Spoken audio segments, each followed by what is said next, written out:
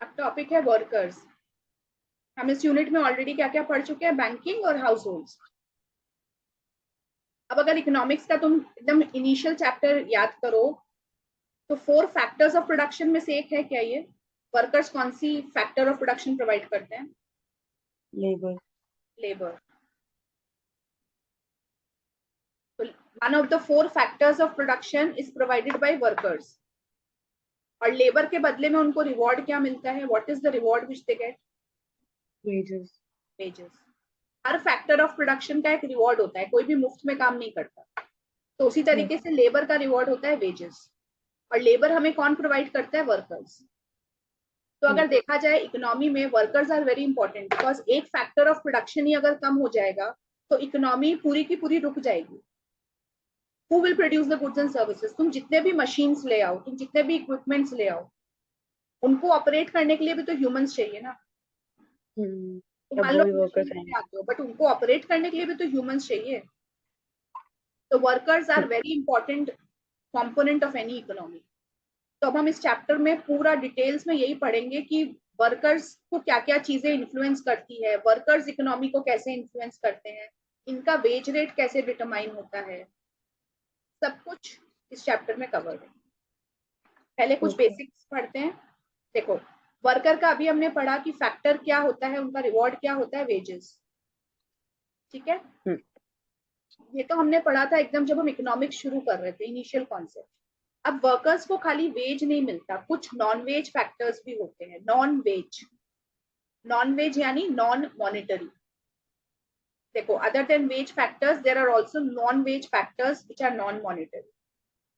Veg तो क्या हो गया? कंपनी तुम्हें रुपए देगी, तुम जितना काम कर रहे हो उस हिसाब से तुम्हें रुपए मिल रहे हैं।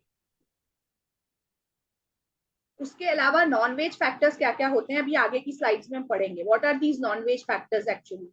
देखते हो कई कंपनीज होते हैं जो तुम्हें हॉलीडेज ऑफर करते हैं, जिम फैसिलिटी ऑफर करती है, उनके ऑफिस के कॉम्प्लेक्स में जिम होता है। कई होते हैं जो तुम्हें फ्री लंच प्रोवाइड करते हैं। So these are the non wages factors, non monetary. Workers को रुपए डायरेक्ट नहीं मिल रहे हैं यहाँ पे, लेकिन वो फ्री में जिम यूज कर पा रहे हैं, उनको फ्री में लंच मिल रहा है। तो ये नॉन मॉनिटरी फैक्टर्स भी हम कंसिडर करते हैं। ठीक है, ये जो वेजेस होते हैं ना, वेज फैक्टर्स जो मॉनिटरी फैक्टर्स होते हैं, ये बहुत बड़े रोल प्ले करते हैं कि तुम एक जॉब को चूज करोगे कि नहीं। तुम मुझे एक बात बताओ, एक जॉब है जो तुम्हें 50,000 पे करेगा सैलरी, और एक जॉब है जो तुम्हें 80,000 पे करेगा, तुम कौन सा वाला जॉब चूज करोगे? मैम 80,000 वाला। 80,000, बिकॉज ऑब्वियसली वहां पे मॉनिटरी बेनिफिट ज्यादा है।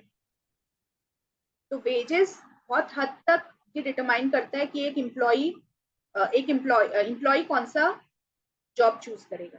अब हम डिटेल में पढ़ेंगे कि ये वेज फैक्टर्स, वेजेस क्या क्या होते हैं। पहले वेज का डेफिनेशन देखो। It is a financial reward received by a worker in return for labour services. एक वर्कर है, वो अपना लेबर दे रहा है, वो जिसको लेबर दे रहा है वो उसको रिटर्न में कुछ रुपए दे रहा है, उस रुपए को ही वेजेस बोलते पे। हैं। हाँ, इसको पे भी बोलते हैं, सैलरी भी बोलते हैं, अर्निंग्स भी बोलते हैं, अलग अलग नाम है। ठीक है, अभी हमने पहले देखा तुम्हारा वेज रेट जितना हाई होगा तुम उतना उस कंपनी में काम करना पसंद करोगे, हायर द मोटिवेशन। ठीक है, अब यहाँ पे देखो दो टर्म है, वेजेस और सैलरी, है ना। वेजेस जनरली क्या होता है ना, जो लोअर क्लास पीपल होते हैं, मैंने तुमको पहले भी बताया है, जो लोअर क्लास पीपल होते हैं ना उनके लिए वेजेस यूज होते हैं। लेकिन जो हायर क्लास पीपल हो गए, managers, chartered accountants, doctors, nurses, इन सबको जो पे देते हैं उसको सैलरी बोलते हैं। दोनों चीज सेम है, दोनों को रुपए मिल रहे हैं, लेकिन दोनों का नाम अलग अलग हो जाता है। ठीक है, So like salary is for skilled workers and हाँ, wages salary are for for skilled weak workers. Workers, right. जो स्किल्ड वर्कर्स होते हैं, जो मोर एजुकेटेड होते हैं, जो मोर ट्रेंड होते हैं, उनको जो रुपए देते हैं उनको सैलरी बोलते हैं। अब देखो, वेज पे करने का ना दो तरीका हो सकता है। पहला होता है टाइम रेट सिस्टम, दूसरा होता है piece rate system. Time rate system में क्या होता है, वेजेस की बात कर रही हूँ मैं, सैलरी नहीं, याद रखना। जो अनस्किल्ड वर्कर्स को मिलता है उनके लिए वेज कैसे डिटरमाइंड होता है? पहला तरीका होता है टाइम रेट सिस्टम। उनको पर आवर वेज मिलता है। मान लो वो सुबह 8 बजे काम पे आए और वो 4 बजे काम पे से चले गए, कितना घंटा काम किया उन्होंने?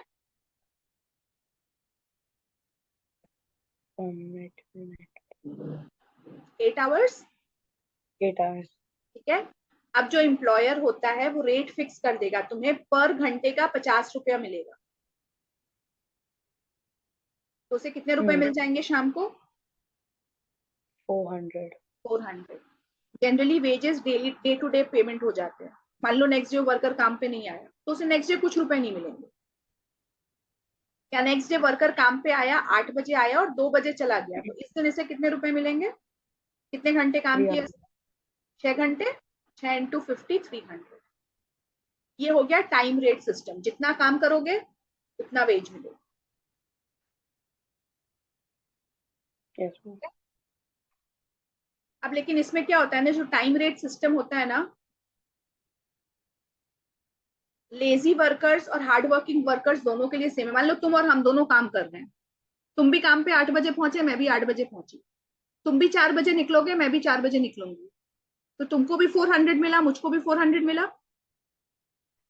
लेकिन मान लो तुम जो हो ना, तुम 8 से 4 बहुत सीरियसली काम कर रहे हो, जो भी तुम्हारा काम है तुम पूरा कर रहे हो, और मैं क्या कर रही हूँ, चुपचाप अपने टेबल पे बैठी हूँ, या टेबल तो नहीं, वेजेस है, मैं जाके किसी कोने में बैठ गई, मैं कोई काम नहीं कर रही हूँ, तो क्या होगा? But मुझे भी तो 400 मिल रहा है। they will look at the time. They will look at the time, वो वर्क कितना कर रहे हो उस पर नहीं फोकस करते। तो ये जो होता है ना, हार्ड वर्क को रिवॉर्ड नहीं करता है। तो इससे क्या होगा, तुम्हारे मन में तो आएगा ना कि यार मैं तो मेहनत कर रहा हूँ, मुझे भी 400 मिल रहे हैं, मैम कर रही है, मैम को भी 400 मिल रहे हैं, मैम जबकि कुछ नहीं करती। तो टाइम रेट सिस्टम का ये डिसएडवांटेज है। तो उसका सब्स्टिट्यूट होता है पीस रेट सिस्टम। ये जनरली तुम्हारा जिस कंपनी में कुछ प्रोडक्शन होता है, सर्विस सेक्टर में यूज नहीं हो सकता। मान लो कोई डॉल मेकिंग फैक्ट्री है, ठीक है। अब तुमको जो एम्प्लॉयर है वो क्या बोलेगा, लक्षित तुम सुबह आओ, तुम्हारी मर्जी तुम कितने बजे आओगे, मुझे तुम्हारे टाइम से मतलब नहीं है। तुम शाम तक जितने डॉल्स बनाओगे, completed dolls, good quality dolls, dolls ऐसा नहीं कि कैसी भी क्वालिटी, गुड क्वालिटी, तुम्हें पर डॉल में 200 रुपए दूंगा। अगर गुड क्वालिटी नहीं बनी तो? वो रिजेक्ट कर देते हैं, क्वालिटी इंस्पेक्शन होता है वहां पे। फिर अच्छा. प्रोडक्शन मैनेजर होता है जो क्वालिटी को इंस्पेक्ट करेगा। अब मान लो तुमने 5 डॉल बनाए और मैं थोड़ी सी लेजी हूं, मैंने 3 डॉल ही बनाए, तो रिवॉर्ड वेरी करेगा हमारा। तो तुम्हारे पास एक मोटिवेशन रहेगा कि ठीक है, मैं काम कर रहा हूँ, उतना मुझे मिल रहा है। तो तुम कितने पीस प्रोड्यूस करते हो उसके हिसाब से पीस रेट सिस्टम डिटरमाइन। तो यहाँ पे हार्ड वर्क आ जाता है, तुम जितना वर्क कर रहे हो तुम्हें उतने पैसे मिल रहे हैं। Okay. लेकिन देखो, पीस रेट मैंने तुमको अभी बोला ना, ये सर्विस सेक्टर में अप्लाई नहीं हो सकता। अब अगर तुम एक डॉक्टर को बोलोगे कि सर आप आज जितना ऑपरेशन करोगे आपको उतने रुपए मिलेंगे, कैसे पॉसिबल है? कोई कोई ऑपरेशन तो इतना कॉम्प्लेक्स हो सकता है कि उन्हें 8 घंटे 9 घंटे भी लग सकते हैं उस ऑपरेशन।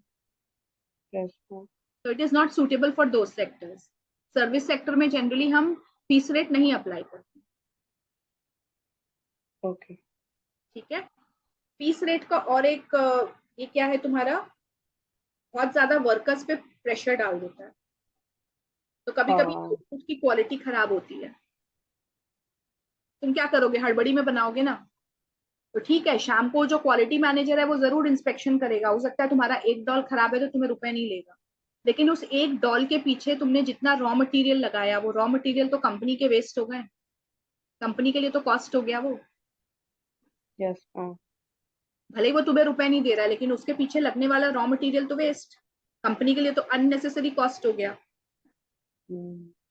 तो वेजेस बेसिकली ये हो गया। वेजेस क्या हो गया तुम्हारा, financial. Um, it is a reward that is given to for labor जो labor work होता है, labor हाँ, services. To the workers in return for their labour service. और ये मॉनिटरी होता है। अगर तुम व्हाइट कॉलर वर्कर्स को पे कर रहे हो, जैसे स्किल्ड वर्कर्स हो गए, मैनेजर्स हो गए, इनको कर रहे हो तो उसका नाम हो जाता है सैलरी। अगर लोअर क्लास पीपल को पे कर रहे हो तो उनका नाम हो जाता है वेजेस। Okay. जनरली जो सैलरी हम देते हैं वो मंथली बेसिस पे होता है, मंथली तुम्हारी सैलरी इतनी है।